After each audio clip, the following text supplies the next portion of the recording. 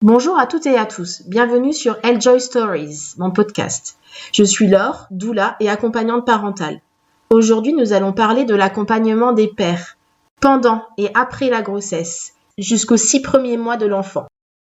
Aussi, j'ai le plaisir de recevoir 2 papas, Thierry et François-Xavier. Merci à vous deux d'avoir accepté mon invitation. Pouvez-vous vous présenter ? Bonjour, je suis François-Xavier, j'ai 47 ans et j'ai la joie d'avoir 3 enfants de 8 ans, 10 ans et 12 ans. Nous sommes mariés avec Armelle depuis 15 ans. Bonjour Laure. Tout d'abord, merci pour l'invitation de ce matin. Je suis ravi de pouvoir partager mon expérience en tant que père aujourd'hui. Donc, je suis Thierry, je suis marié à Sonia depuis 7 ans et je suis l'heureux papa de 2 petits garçons, Ezekiel qui a 5 ans et Isaac 2 ans et demi. Merci. On va aller dans le vif du sujet concernant les grossesses. Comment avez-vous vécu chacune des grossesses et quels ont pu être vos ressentis ? C'est une très bonne question, Laure. C'était une belle découverte, une grande aventure vers la paternité. À ce moment-là, tout était nouveau et je me posais plein de questions auxquelles, heureusement, que les professionnels de santé, gynéco, sage-femme et puis toi alors, ont su répondre. Je me suis senti accompagné et respecté. Chaque événement était rempli d'émotions, les échographies pour voir bébé, le battement de cœur, c'était juste waouh d'entendre le cœur de son enfant battre pour la première fois et puis à chaque fois c'était le rendez-vous qu'on attendait pour entendre son cœur. Les coups de pied aussi, c'était génial de sentir que bébé était là. La deuxième grossesse, je l'ai abordée avec l'expérience du premier. Beaucoup moins de questions, mais il fallait gérer un petit de 2 ans et demi en plus. Cela n'a pas empêché de vivre la grossesse comme le premier, mais il fallait de la logistique en plus. C'était aussi important d'expliquer à notre premier fils qu'il allait être grand frère et le préparer pour la suite. Durant la deuxième grossesse, mon épouse a eu des nausées pendant plus de 6 mois et cela m'a fait beaucoup de peine de l'avoir fatiguée au repos à cause des médicaments contre la nausée. Pour ma part, moi, chacune des grossesses, en fait, a vraiment été un moment unique, chacune différente. Ça a été d'abord un temps de préparation, d'attente bien sûr, mais aussi beaucoup d'espérance, ponctuée à chaque fois, comme le dit Thierry, par ces échographies, un moment magique, effectivement, à entendre le cœur de son enfant battre. Et puis, on a eu aussi cette chance de pouvoir la vivre sereinement, enfin pouvoir les vivre sereinement, parce que chacune de ces grossesses, c'était vraiment un profond bonheur, un ressenti vraiment de joie. Merci pour ce partage. Vous êtes-vous senti impliqué durant les grossesses de vos épouses et qu'avez-vous pu faire dans ce cas ? Je me suis senti pleinement impliqué durant les 2 grossesses, en étant présent à chaque rendez-vous avec la gynéco, la sage-femme et toi alors. Je voulais comprendre ce qui se passait et être acteur à ma façon. Je tenais à être présent pour mon épouse, répondre à ses besoins et à ses envies surtout, l'accompagner. Pour la deuxième grossesse, je m'occupais encore plus de mon aîné pour permettre à mon épouse de se reposer. Oui, bien sûr, je me suis senti également impliqué pendant la grossesse d'Armelle, puisque c'était une période vraiment marquée par un changement de rythme. La fatigue d'Armelle par la grossesse, un nouveau rythme également au niveau de la vie sexuelle, c'est principalement au niveau de l'écoute d'Armelle, dans son accompagnement, dans les petites attentions particulières du quotidien que je me suis senti impliqué. Est-ce que vous vous êtes senti père durant ces grossesses ? Est-ce que tu peux simplement préciser, père, ça veut dire quoi pour toi ? Donc père, c'est plus le côté au niveau de la société. Une fois que la maman a fait son test de grossesse, on sait qu'on va devenir père au niveau biologique. Mais à contrario, il y a la notion de papa qu'on verra par la suite. Papa, c'est vraiment quand tu as ton premier contact physique avec l'enfant. Alors du coup, pour répondre à ta question, là tu me transportes vers des moments vraiment joyeux de ma vie. Je me suis senti père dès que j'ai appris que Sonia était enceinte et que j'ai commencé à parler à son ventre et à parler à mon enfant, même s'il était tout petit à l'intérieur. Pour moi, c'était mon enfant, mon bébé, et j'étais père. Moi, je me suis senti père lors de la première naissance. À chaque fois qu'on se posait avec Armel dans le lit, à regarder son ventre, à faire des caresses, à faire des petites chansons, et bien sûr, un peu plus tard, quand lors de la seconde et troisième naissance, il fallait gérer les autres enfants. Que de beaux moments. Maintenant, on va passer à la partie accouchement. Quel a été votre vécu durant les accouchements de vos épouses? Chacun des 3 accouchements était très différent et nous a valu des moments bien mémorables. Le premier, c'était 3 semaines avant le terme, donc avec un petit peu quelques anxiétés, comment ça va se passer, une jaunisse. Le deuxième accouchement, c'était 3 jours après le terme, une attente longue, quand est-ce que ça va arriver. Et le dernier, qui est arrivé très vite et qui nous a d'ailleurs valu quelques feux rouges, quelques émotions, et dans tous les cas, c'était beaucoup d'excitation. Un moment magique. Alors pour moi, mon vécu, déjà le mot accouchement, c'est-à-dire que ton épouse, ta femme, porte ton bébé et puis va donner naissance. Comment dire, c'est juste trop beau, quoi. La nature, elle est bien faite. Et du coup, ça ne peut qu'être un moment formidable de donner la vie, d'avoir un enfant. Et du coup, on était dans notre bulle, et avec un objectif à ce moment-là, quand on était dans la salle d'accouchement, c'est donner naissance à notre enfant et puis pouvoir le tenir dans nos bras quand il sortira. Que de rebondissements à travers toutes ces expériences et ces partages d'accouchement. Effectivement, un accouchement n'est pas l'autre, une naissance n'est pas l'autre. Chaque bébé est unique, chaque accouchement est unique. Donc maintenant, on va se focaliser sur votre place, votre rôle lors de chacun des accouchements, et est-ce que vous avez pensé être vraiment véritablement acteur à chaque accouchement? Alors Laure, c'est intéressant que tu utilises 2 mots en particulier, le mot acteur et le mot rôle. Donc ça me fait penser au cinéma, donc je vais aller plus sur ce chemin-là. Pendant l'accouchement, le premier rôle, c'est la femme. Et le papa, il a bien évidemment le second rôle. Et pendant l'accouchement, j'étais en soutien de mon épouse et je faisais tout simplement tout ce qu'elle voulait. D'abord, j'étais DJ en mettant la playlist qu'elle avait choisie. Service boisson et nourriture. Dosage de la péridurale. C'est très précis. Massage pour faciliter le travail. Noter sur le téléphone parce que c'était très important pour elle et pour se remémorer son accouchement. Noter les différents événements, les faits marquants. Et puis l'heure aussi correspondant parce qu'on perd la notion de temps quand on est en salle d'accouchement. J'étais acteur de second rôle et j'étais assistant. Alors moi, je me suis pas vraiment senti acteur. C'était vraiment Armel, la principale actrice. Je me suis senti plutôt effacé, mais ma présence, en lui donnant la main, en l'encourageant, c'est vraiment ce qui m'a permis de l'accompagner. Peut-être juste avant l'accouchement, je me remémore dans le salon où les contractions venaient de plus en plus serrées les unes après les autres, et c'est massage qui lui faisait beaucoup de bien et que je répétais, et à ce moment-là, principalement, je me sentais utile. Merci pour tous ces partages. Maintenant, on passe à ce qu'on disait précédemment, la notion de papa. Donc, on a vu la notion de père. Maintenant, j'aimerais savoir quand est-ce que vous vous êtes senti véritablement papa. Est-ce que c'était une fois que le bébé était posé sur maman ou est-ce que c'est venu bien après? En fait, pour moi, cette notion de papa, elle a un peu un sens charnel. Et c'est vraiment à la 3e naissance, quand ça s'est fait assez rapidement avec Armel. Je suis arrivé, Armel avait tout juste accouché, ça s'était fait dans le rush. Et Armel n'a pas pu recevoir directement l'enfant, et donc il m'a été confié. On m'a demandé d'enlever ma blouse et de me mettre juste torse nu. Et c'est vraiment ce contact charnel que j'ai pu avoir avec Gabriel qui m'a fait ressentir cette sensation d'être papa. Alors pour moi, c'était un autre moment, et précisément le moment où mes fils sont nés, que je les ai vus, je les ai regardés, C'était des mini-moi, des mini-nous avec mon épouse. Et quand en fait m'est traversé par l'esprit le fait que c'est un petit être qui a besoin de moi, de ses parents, et qui a besoin de nous pour grandir. Et en fait, du coup, le lien il devient encore plus fort. Et c'est à ce moment-là que je me suis senti papa, et papa pour toujours, parce que ce lien ne s'effacera jamais.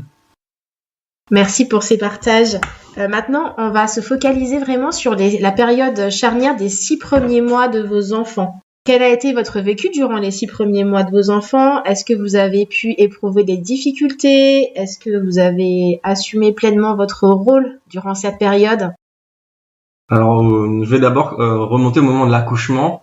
On est submergé de bonheur et puis d'adrénaline. On a plein d'énergie et on veut vivre tous les moments pleinement. Après arrivent d'autres moments importants, des projets qu'on voulait. Je parlais de l'allaitement.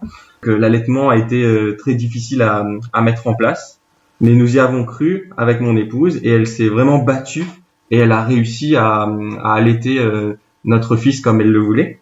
L'accumulation de fatigue est quelque chose de difficile à gérer aussi une fois que tout l'adrénaline du début est retombée. Ensuite, il y a eu la reprise de l'activité professionnelle après le congé paternité. Nos 2 fils ont mis un petit peu plus de temps à faire leur nuit. Et donc cela contribue à la fatigue permanente. J'ai essayé de faire de mon mieux et mon rôle a été d'être présent sur tous les fronts, comme mon épouse d'ailleurs. Mon rôle, c'était aussi de pouvoir prodiguer les soins au bébé. Je me souviens du cordon par exemple, de lui donner son bain, de le changer, mais aussi de faire des tâches ménagères, de faire à manger. C'est toutes les tâches de la maison où il faut qu'on s'organise avec notre épouse pour que la maison puisse tourner et puis qu'on puisse apporter aussi le meilleur environnement pour nos enfants. En fait, après la naissance, et je dirais même après la première naissance, il y a un vrai cap de passer puisqu'on passe d'une vie de couple à une vie de famille et il y a un vrai nouvel équilibre à trouver pour que tout fonctionne. Et c'est surtout la fatigue liée aux pleurs, moi qui a pesé, mais également le fait de perdre en quelque sorte une liberté, la liberté de couple. Je trouve que c'est une période aussi où l'enfant, son évolution, son abandon et toutes ses mimiques qui chaque jour changent sont des sources d'émerveillement et de joie qui aident vraiment à relativiser. Concernant mon rôle, malgré le congé de paternité qui, moi, était encore de 14 jours à l'époque, c'est surtout les petits gestes, les changements de couches, la préparation des repas, les bains, qui ont été des moments très importants pour communiquer avec l'enfant, mais également pour prendre le relais avec Armelle. Effectivement, cette période des 6 premiers mois est chargée en émotions, chargée en fatigue. Il faut vraiment s'adapter à un nouveau petit être. La vie de couple n'est plus la même qu'avant la naissance. Et il faut trouver aussi son nouvel équilibre, notamment lors du retour au travail de chacun des parents. On sait que pour un premier et un deuxième, le congé de la maman, si elle ne prend pas de congé parental, c'est que 2 mois et demi. François-Xavier l'a dit, il a eu que 14 jours de congé paternité. Toi, Thierry, tu as eu quelques jours aussi de congé paternité, mais comment vous avez pu gérer ce moment-là? Est-ce qu'il y a eu beaucoup de joie, beaucoup de peine? Expliquez-moi un petit peu comment ça s'est passé, ce retour au travail pour l'un et l'autre.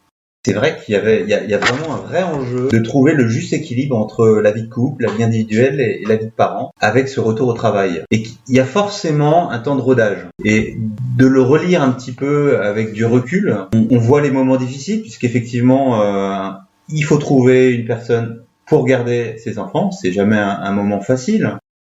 Il faut faire des impasses sur des sorties avec des amis. Pour moi, c'était vraiment aussi ces joies de retrouver mon enfant et de me promener avec. Et à chaque fois, j'avais une grande fierté de me promener avec mon enfant. Le retour au travail, donc c'est un cap à passer. J'ai eu la chance de pouvoir bénéficier d'un congé paternité d'environ 1 mois. C'est super les évolutions que le gouvernement a mis en place pour cela. Et du coup, là, on était dans notre bulle, dans notre petit cocon pendant 1 mois où nos enfants étaient le centre de toutes nos attentions, étaient le centre de notre monde. Il n'y avait plus rien qui existait autour presque. Et le fait de devoir se dire, bon, maintenant, va falloir retourner au travail. Et puis, c'est une autre priorité aussi, c'est la vie qui continue. C'est pas forcément évident parce que on se dit qu'on va louper des moments. On était H24 avec le bébé, donc on profitait de tout ce que bébé faisait, de tous ses premiers sourires, de toutes les nouveautés. Et donc se dire qu'on va les louper, faut l'accepter. Mais heureusement, après le boulot, je rentrais à la maison et puis j'étais heureux de pouvoir retrouver mes fils, de pouvoir jouer avec eux, de pouvoir être présent pour eux. C'était le petit réconfort et comme tu l'as dit François-Xavier, c'est une fierté, c'est d'avoir un enfant, de pouvoir le promener. Je trouve ça génial. Effectivement, c'est une période très très riche et c'est en constante évolution, même au-delà des 6 premiers mois. Enfin, j'aimerais qu'on puisse aborder les solutions qu'on pourrait apporter aux pères, aux futurs pères qui nous écoutent, pour pouvoir mieux les soutenir au quotidien et pour qu'ils puissent passer véritablement de père à repère pour leur famille. Est-ce qu'il y a des choses que vous avez pu expérimenter, que vous conseillerez? Qu'est-ce qui aiderait les pères selon vous?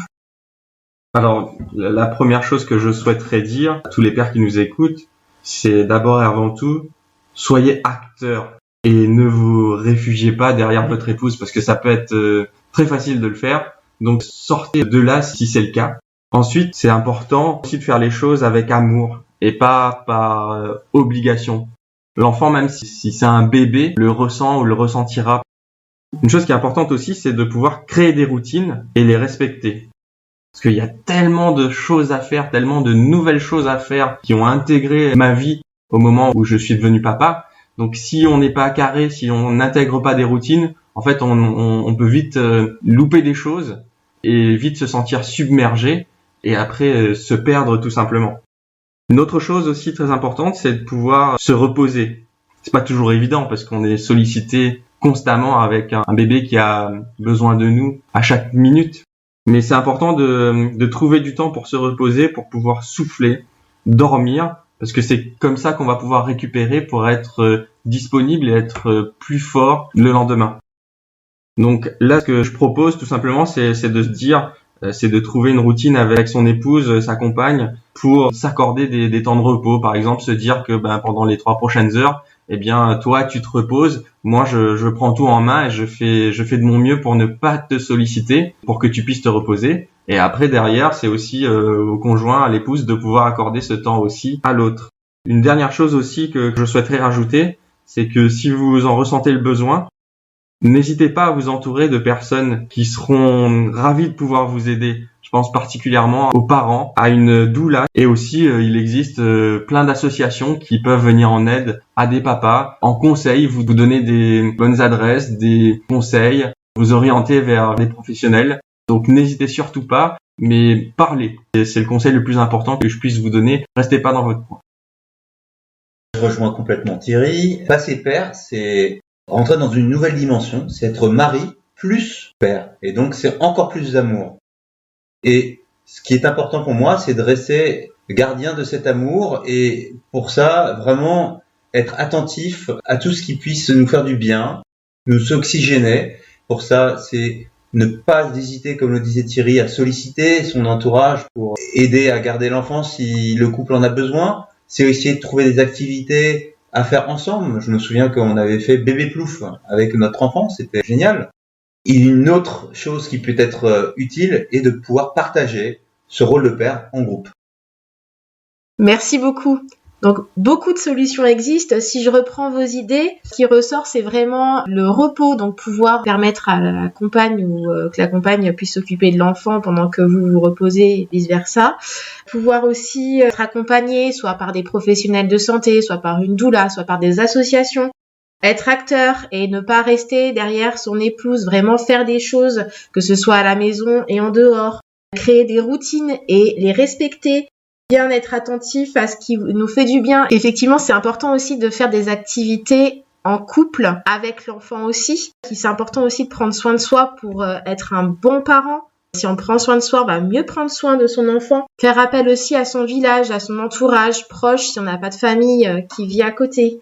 Trouver aussi des moments pour pouvoir s'oxygéner, participer à des groupes de partage autour du rôle du père. D'ailleurs, en parlant de groupes de partage, Denis de l'association Papaternelle et moi-même avons créé un petit moment justement de rencontre entre parents avec les enfants. Donc Denis fait des balades entre pères sur des thèmes particuliers, des thèmes que les pères veulent évoquer. Je fais de même avec les mères et les enfants. On se répartit les enfants de part et d'autre. Et après, on fait des petits temps d'atelier pour pouvoir consolider justement ces liens dans la famille. Ça peut être des temps d'atelier relaxation, par exemple. Voilà, c'est vraiment important de trouver ces petits moments en couple et plus largement en famille. Merci beaucoup à vous deux pour votre disponibilité et pour vos partages d'expériences très riches. Merci Laure. Merci Laure. Je vous donne rendez-vous le dimanche 31 août à Grésillé, à l'étang de Grésillé avec l'association Papaternelle pour une balade entre papa avec Denis et avec les mamans avec moi, suivi du temps d'atelier dont je parlais et d'un pique-nique partagé pour faire un temps convivial. Belle journée à toutes et à tous. À très bientôt sur Enjoy Stories. Bye bye!